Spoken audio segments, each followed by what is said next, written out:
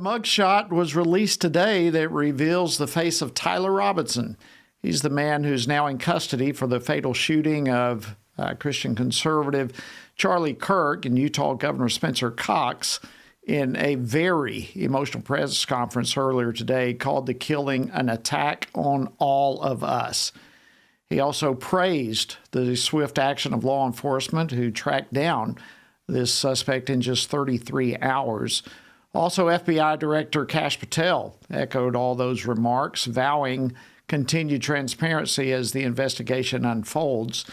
Well, joining me now is Washington Stand reporter Casey Harper, who's been following this story very closely. Casey, let's start. What more can you tell us about the suspect, Tyler Robinson, and how authorities were able to track him down so quickly? Yeah, thanks, Jody. So according to Utah Governor Spencer Cox, the break in the case came when Robinson reportedly confessed, actually, or at least heavily implied his guilt to a family friend. That friend alerted the authorities Thursday morning. Investigators moved quickly from there. The FBI director credited both the public tips and interagency cooperation for what he called a historic 33-hour apprehension window.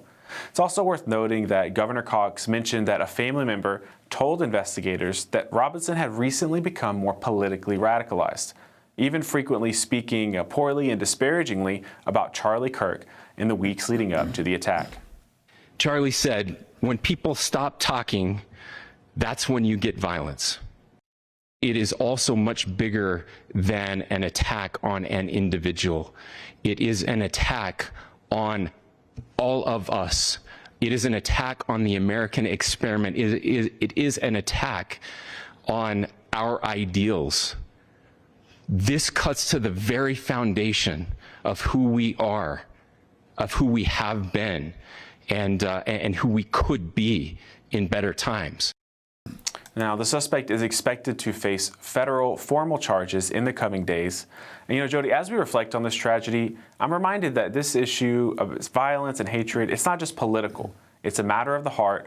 It's spiritual. And in Jeremiah 17, verse 9, it says that the heart is deceitful above all things and desperately wicked. However, I do have some hope that in the midst of the darkness, that we can hold fast to the promise of redemption. Governor Cox quoted Charlie Kirk, where he said, "When people stop talking, that's when you get violence." And of course, Scripture calls us to something higher, Jody. Let's not grow weary of doing good. Casey, thank you so much. I appreciate that. And